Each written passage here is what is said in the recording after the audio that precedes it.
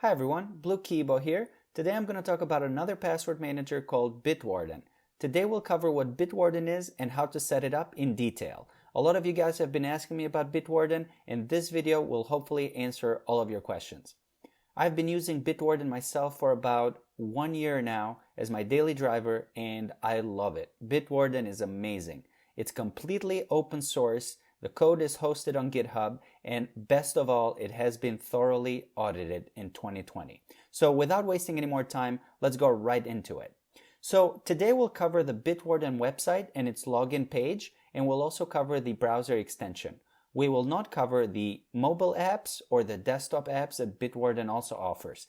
However, if you know how the browser extension works and the website work, then it should be pretty straightforward to figure out the apps. Bitwarden has many plans. Some of them are free, some are not. We'll cover those as well and the differences, and then we'll also try it out in some test pages. So let's start. If you look here on the main page, you see bitwarden.com, that's the website. We have products, download, pricing, help, blog, and contact. And let's start with just kind of scrolling around the page and getting familiar with what Bitwarden is. It says right here, it is an open source password manager, and it's made for personal use or business use. It is great at protecting your data, as we'll see on the encryption below. It uses AES 256 for its encryption. It has multiple plans and pricing, and of course it also has an enterprise version. So if we look down here, why choose Bitwarden? Well, it says it's trusted security, open source transparency, and global access. Well, if we go even further down, we'll see here that it has multiple plans. If we look here on the personal plans, there's a $0 per month plan. It says it's free forever. That's the one I've been using for the past year, and I'm completely happy with all the features that it provides. It also has a premium account, which is also very cheap for only $1 a month. And it comes with a few added features, which I haven't needed myself, but you might. And it also comes with a family plan. It's about $333 a month, and this also lets you use the family sharing options. If we go even further down, they also have a blog, which I highly recommend you go check out. It's very cool. It has a lot of cool stories, and they also post updates about their audits. And that's about it on the main page. So let's move on to the download page. Here we have the desktop versions for Windows, Mac OS, and Linux. Right now I'm running it on Linux and on Microsoft Edge Developer. We also have for web browsers, it supports all of the major web browsers, Chrome, Firefox, and everything in between. It also has the mobile app for the iPhone and Android. And you can also set it up as a command line tool if you wish. And it also has the web version that we'll cover as well, where you can access it directly on the web without installing anything. As far as security, as I mentioned, it uses AES 256, which is great, salted hashing, and PBKDF2, SHA-256. Everything's pretty standard. And of course, they also have a contact us page. They're very supportive if you have any questions.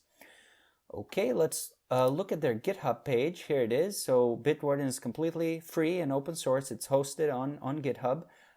They have the server code, the browser code, the desktop, and so on.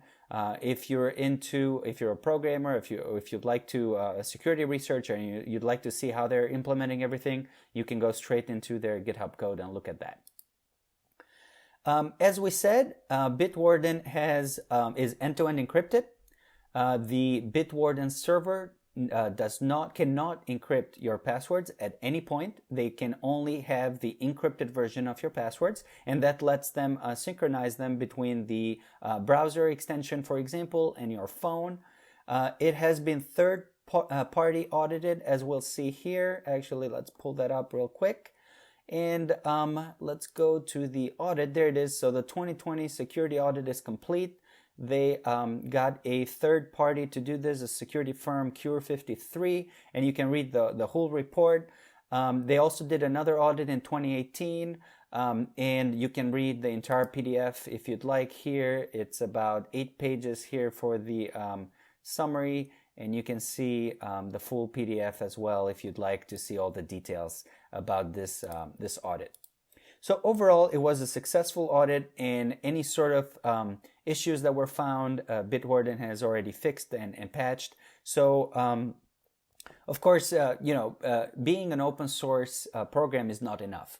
You also need to be audited because, especially if you're a password manager, that's very, very important. And we've discussed that in the KeePass video. And some password managers out there are closed source, and they might be audited, but they're also closed source, so it makes it really hard to see exactly how everything is being handled on the background. But with Bitwarden, everything is transparent and it's very easy to follow. On the pricing, as we mentioned, I have not needed the premium account, but if you'd like, you can definitely get that. So what you get with a free account is you get unlimited vault items, that's your logins, and other items. You can sync your passwords across all of your devices, so your phones, your browser extensions, and so on. You also have a secure password generator, and you can also self-host it if you'd like. The premium features come with a Bitwarden authenticator if you're using one-time passcodes, 1 GB of encrypted file storage if you need to store some files together with your password manager. Also, 2-step login with YubiKey, U2F, and Duo. Again, the two-factor authentication is available on the free version, but with the premium version, you also get YubiKey, U2F, and Duo.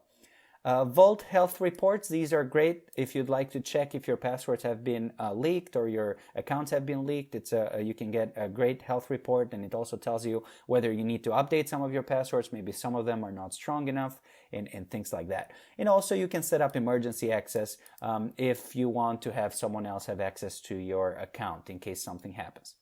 And the family plan, of course, lets you share passwords and accounts with your family.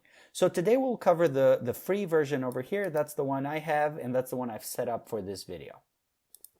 So the Bitwarden blog is very, very cool. You can check it out. They post updates here and very cool security articles and so forth. If you'd like to check it out, it's a cool read.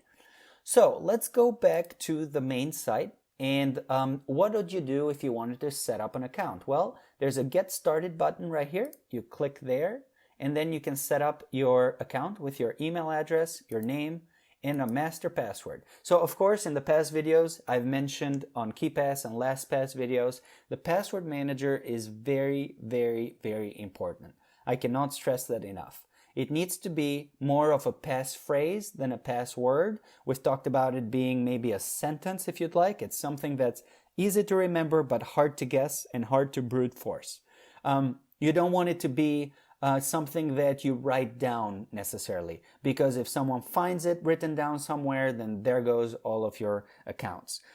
Maybe something that you might write down for a few days just to get in the habit of memorizing it, but then you might want to throw away that paper, burn it if you can, so no one can see it. So in this case, I've already set up all of the accounts. It also asks you to go verify your email address, and once you do all that, your account is set up. Here on the password hint, just FYI, I do not set a hint for my master password. I'd like it to be so that if I forget my master password, there is absolutely no way for me to remember it. So I want it to be completely secure, and the only way that I can get into it is if I know the password. I don't want to have any hints or make it any easier for myself to go into the account. Once you say submit here, the password, the account is created, and then you can log in. So let's go back here. So today we'll start with the login from the website option, and then we'll go into the browser extension, which I've already downloaded and installed over here. So let's start with the website. So once you log in, you're going to see this. So I've already entered my email there, and let me put my password in here. Okay, and this is the page you're going to see. So it says that right here, if you haven't verified your email, it will say verify your email. And once you do that, it will show this Go Premium option right here. We don't have any items in our vault yet, but you can see here, this is where the items would be, all your passwords. We have favorites for, favorite items, trash in case you delete some of the items. Then you have login, which would be, your username and password for a website. But you can also store credit cards. If you want to have a credit card information on your password manager, you can do that. You can also store your identity, which could be, your name, social security number, address, anything like that. And you can also add notes. Of course, you can manage everything in terms of categories with folders. In this case, I will not do that. I will just keep everything in the same one folder. Let's go into settings right here real quick. Okay, so once you go into the settings page, you'll see the My Account page. You'll see your name, your email, if you've set up a password hint, and then here you can change your email if you'd like, and you can also change your master password. Here on the encryption settings, I like to change this. So actually, let's go ahead and do that. So this is similar to what KeePass has in its options. This is how many times the key is iterated. So the KDF iterations you can see here is the password-based key derivation function is the number of times that it iterates. The longer this is, the higher this number, the longer it will take for your account to unlock. Nowadays, computers being so fast, this is just a fraction of a second, but you don't want to set it too high to where you're waiting, 10 seconds for your account to unlock. So in this case, I like to change this. So right now it's at 100,000. I like to go, let's say 500,000 or maybe 1 million. So in this case, let's just go 300,000 just for this case. We'll say change, and there it is. It will ask us to re-log in, and there it is. And we're back on the settings page. And if we go down here, we're back to 300,000. So I don't change the KDF algorithm. Actually, you can't change it, but I do change the number of iterations. Okay, and here is if you'd like to delete your account down there. Okay, let's go into options. So the vault timeout, I like to set this to lower than 15 minutes. I like to keep this at about 5 minutes. The action on the vault, I say to lock. There's a difference between locking and logging out. Locking, as it says here, a locked vault requires that you re-enter your master password and you can access it again. Whereas if you log out, then you need to re-authenticate. So you need to re-enter your username and password, and it will resync with the server. So the language, I don't change that, and then I don't change anything here. We go to organization, nothing there. Premium, I don't have the premium, but again, it's very cheap, $10 a year. You can do that if you'd like, and you get 1 gig of storage. And it lets you pay with a credit card, PayPal, or another account. So on the billing here, I don't have anything there. 2-step login, I do set this up. So I have it set up with an app. In this case, you can use Authy or Google Authenticator. You can do that for free. You just go here on Manage and you set that up. And these other features for YubiKey, Duo, and U2F security keys, these are premium features. And of course, you can also use an email verification where verification codes are emailed to you. You can do that as well. But in my case, I have it set up with Google Authenticator and Authy for my day-to-day account. Domain rules, I don't change anything here. And emergency access, this is a premium feature. I don't change anything here.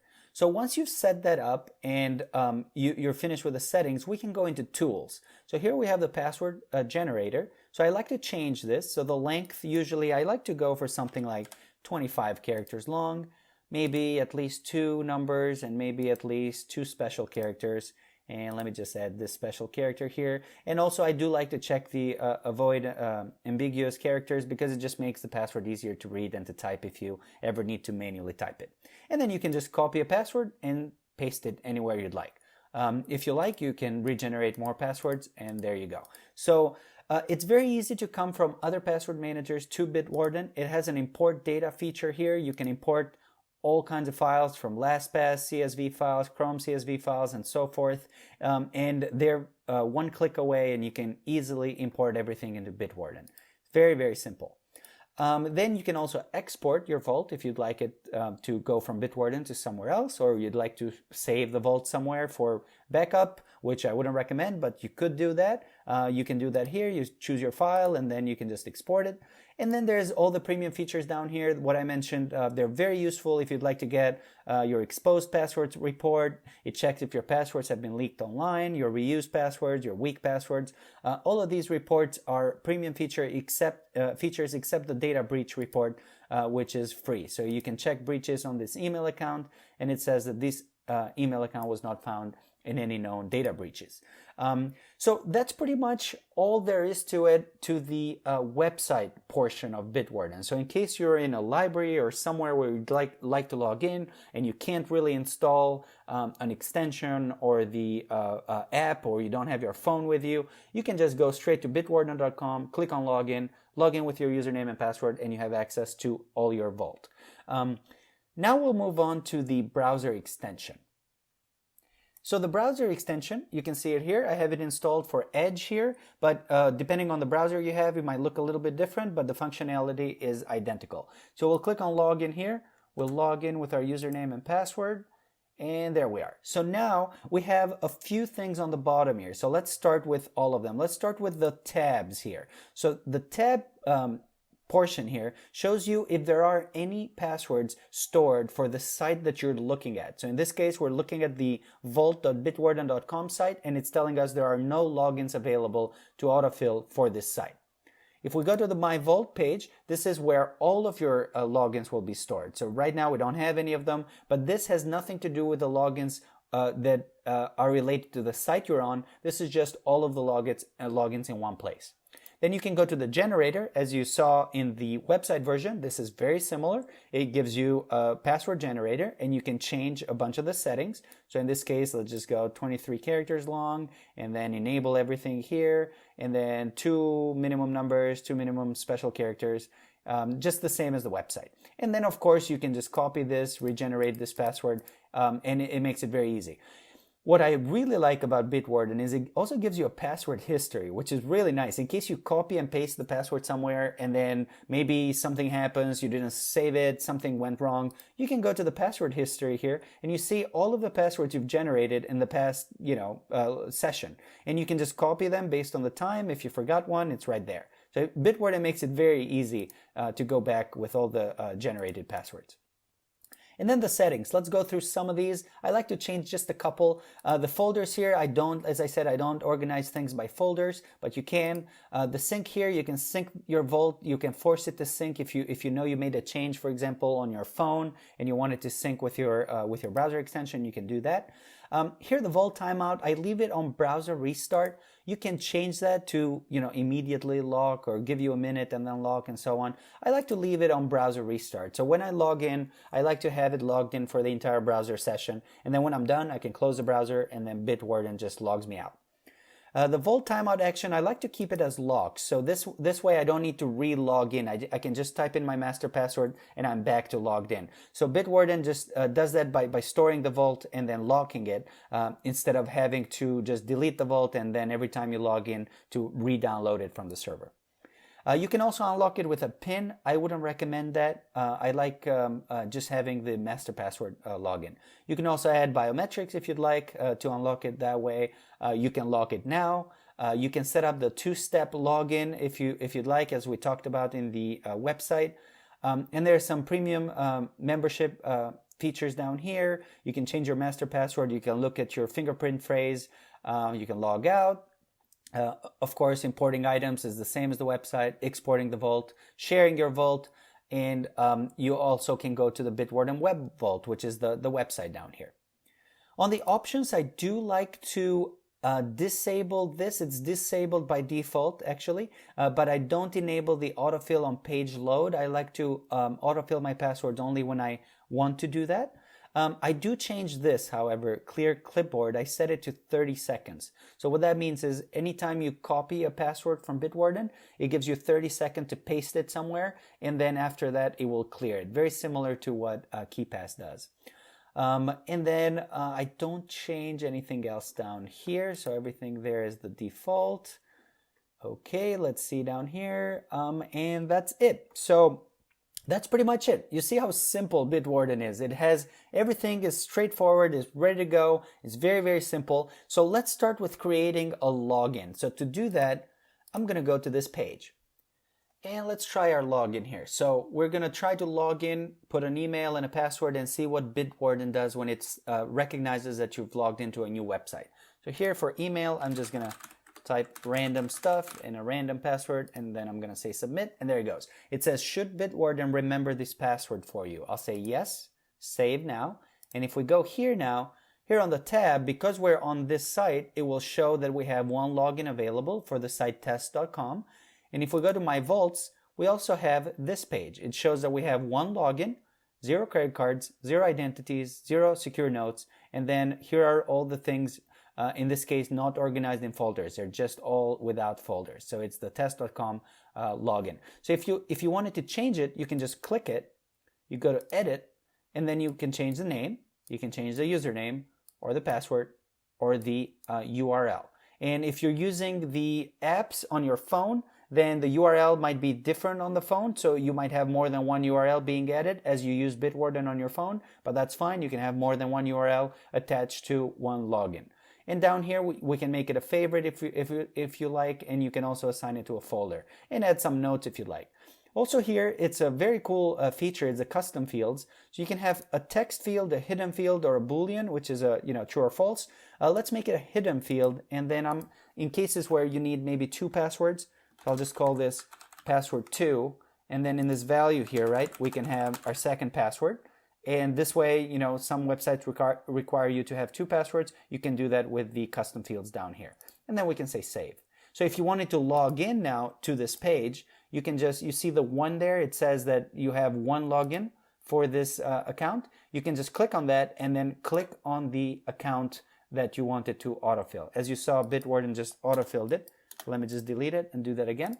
So you go here, and then if you have multiple logins, all of them will show up here on the tab page.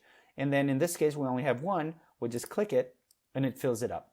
So what's the difference between clicking the login that you see on the tab page versus clicking the login that you see on the My Vault page? Whereas the difference is very simple. On the My Vault page, if you click on it, you get this site to where you can edit and change the information. Whereas on the tab page, if you click it, it actually performs an autofill on the site. You can also do the autofill by manually copying and pasting the username and password if you'd like. To do that, you have this button right here, copies the username. This button right here copies the password. And this button right here takes you to view the item. It's similar to clicking on the item on the My Vault page. So that might be a bit confusing, but once you use it a few times, it's pretty straightforward. So for example, if I go to another site, let's go to google.com. In this case, I don't have a sign-in for google.com. So Bitwarden, the tab page doesn't show anything. However, the My Vault page still shows all of my logins, right? So you can still click on the test.com, change it if you like, copy it, view the password, anything like that, okay? So let's go back here. Let me refresh this page. Okay, so here, if you'd like another password, let me just go to the generator here, generate another password, and let's just copy this one. Now, let's say you want to use this one with, let's say, another username, and then you say submit, and let's say we save this. Now we will have 2 logins for the same site, right? So the name in this case is test.com. We can change that. We can make it login 1, login 2, and then this right here is the username, and they're different. So you can copy the passwords if you like, or which one you click, that's the one that gets filled in. So in this case, if I click on this one, then this one got filled in, but if I click on the other one, then the other one gets filled in. So here, let me try that. So if I click on this one, that one gets filled in, right? So it's pretty straightforward. Okay, so now let me close out of all of these pages. And let's try as an example to add something other than a login. Let's say you want to add a credit card. So you go here, you click on the plus button, and then you can type the name. So let's say this is a Chase credit card. And then the card holder name, Lou Kibo, and then the number, let's say it's my card number, right? You can just enter your numbers for your cards, and then you can put the brand of the card, when it expires, right? And then a security code. So you can enter everything in the card, some notes if you'd like, and then a custom field if you'd like, and you can save it. And now in the future, if you have a page where you want to fill in a credit card, you can do that. You can just see here, now you have the logins and also the cards. And if you click on the cards, In this case, it's unable to fill it because it wasn't able to find a credit card field to fill it in. So it's actually smart in the background. It only checks for credit card fields. But in this case, you can just copy the card number yourself here and paste it in if you want it, right? So it's pretty straightforward. Other than cards, as you saw, we can also have an identity. So let's add an identity. This is so useful. I've used it so many times, saved you so much time in entering your personal information on websites. So name, Blue Kibo, and then title. Let's just do Mr. Blue Kibo. Okay. And then we have the username, a company name, right? Your social security number if you'd like. Then you have, your password number. Let's say you need that. Oh, that's pretty close to pi. Then you have your license number, your driver's license number if you want, an email address, right? Your phone number, your address. You can just fill all of these in as much as you want, your state, zip code, right? It's everything you'd like. And then just like with the credit cards, it lets you fill this identity in if it finds that it's you're being asked for the identity, right? If it finds that it needs to enter a shipping address or your name or your phone number, it can just pick that out from the identity. Of course, you need to double check because it's not perfect. Sometimes it might not enter everything automatically correct, but you can always go back, copy and paste things if that happens. So in this case, if I click on the identity here, it filled out this as the username. Anyways, if there's more fields, it will fill whatever you can find. So we covered the login, the card, the identity, and what's left here is the secure notes. This is very useful. So you can add a secure note.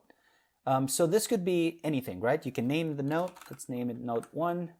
And then you can just type whatever you want here. So this is, maybe you want to reference something. Maybe you have something that you need. Maybe it's not a password, but maybe it's some name or some address of something. You can just put it on the notes and easily access it. So keep in mind that everything you're putting into the extension is getting synchronized with your phone app, the Bitwarden phone app, with a browser version going to bitwarden.com, with your desktop app. Everything is synchronized and it's done in an end-to-end encrypted way. So it's a very, very secure way. So let's save the note here and we go back, and right here we have a secure note, right? And you can just copy the note if you needed to and paste it somewhere if you needed to. But you can see how this starts to fill up now, right? You can see that there's 2 logins for this page. There's cards that are available. There's identities that are available that you can fill in. There's, if you go here on the My Vault, there's notes, right? There's everything is shown here on the No Folder section. You can generate your passwords. You can go to settings and change anything like we did. Just, make it whatever you like. Customize everything that you like. Give it a shot and you'll like it. So that's pretty much it that I wanted to cover for Bitwarden. As I said, I've been using it for about a year and it's been my daily driver and I love it. It's great. It works great on the phone. It doesn't charge you to have a phone app and a browser app and a desktop app. It's all free. You have access to all of your passwords. It doesn't limit the number of passwords you have, and it also is audited, which is very, very, very important. So that's pretty much it for this video. I hope you guys like it, and I hope you guys give Bitwarden a shot, and hopefully you enjoy it. Until next time, bye-bye.